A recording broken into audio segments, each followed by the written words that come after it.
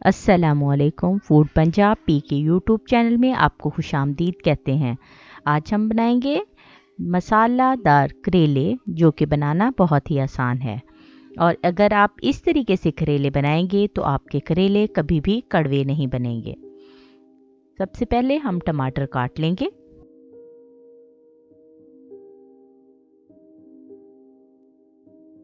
सब्ज मिर्चों को भी बारीक बारीक काट लेंगे।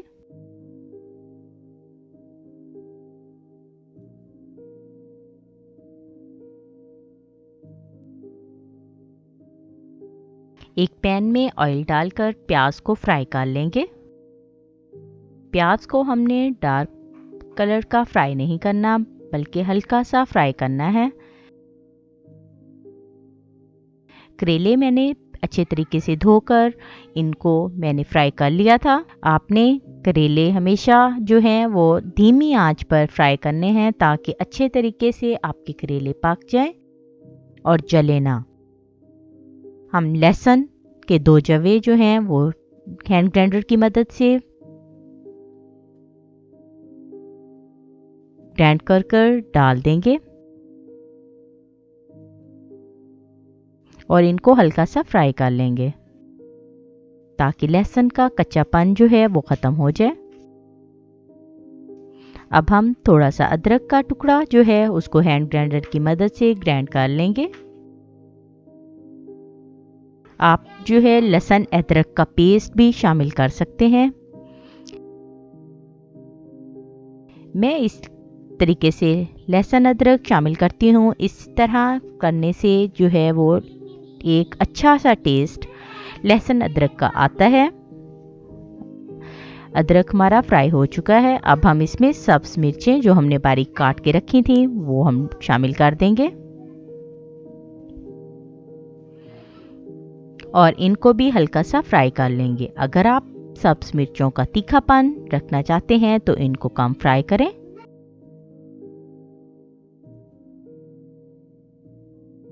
सब्ज मिर्चें फ्राई हो चुकी हैं। अब हम इसमें टमाटर शामिल करेंगे। टमाटरों को हम अच्छे तरीके से भून लेंगे। टमाटरों ने अपना पानी छोड़ दिया है और थोड़े नरम हो गए हैं। अब इसमें हम मसाले शामिल करेंगे। आधा चम्मच हल्दी शामिल करेंगे, 1 चम्मच चिली फ्लेक्स शामिल करेंगे, धनिया शामिल करेंगे, आधा चम्मच जीरा शामिल करेंगे, 1 चम्मच नमक शामिल करेंगे, 1 चम्मच हम इसमें पिसी हुई लाल मिर्च शामिल करेंगे और इनको फ्राई कर लेंगे।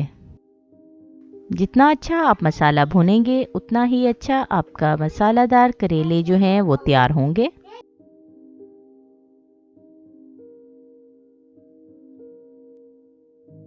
अब हम इसमें थोड़ा सा पानी शामिल करेंगे, ताकि हमारे टमाटर जो हैं वो अच्छे से गल जाएं और हमारा मसाले जो हमने डाले थे उनका टेस्ट अच्छे तरीके से हमारे सालन में शामिल हो जाए। 3 से 4 मिनट के लिए हम इसे ढाँप देंगे। 3 से 4 मिनट हो चुके हैं। ये देखें, हमारे टमाटर अच्छे तरीके से गल चुके हैं और मसाला भी नरम हो चुका है। अब हम इसको फ्राई कर लेंगे, ताकि इसका जो पानी है वो खुश्क हो जाए और मसाला अपना ऑयल छोड़ दे। ये देखें, हमारा मसाला भुन चुका है और उसने ऑयल छोड़ दिया है और बहुत स्मूथ सा एक पेस्ट बन गया है।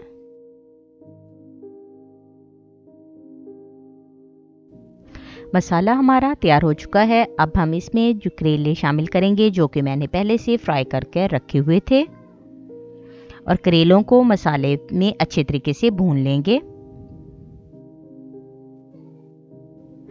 ताकि करेलों का जो टेस्ट है वो मसाले में शामिल हो जाए। मैंने फ्रेश करेले लिए थे, इसलिए मैंने उनको नमक लगाकर धो लिया था। अगर आपके पास फ्रीज़र में रखे हुए फ्रीज़ किए हुए करेले हैं तो आप उनको इस्तेमाल करने से पहले बॉईल कर लेंगे।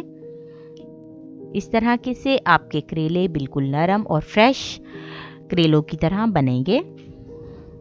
मज़ेदार हमारे मसाला करेले तैयार हैं। उम्मीद है आपको हमारी ये रेसिपी पसंद आई होगी।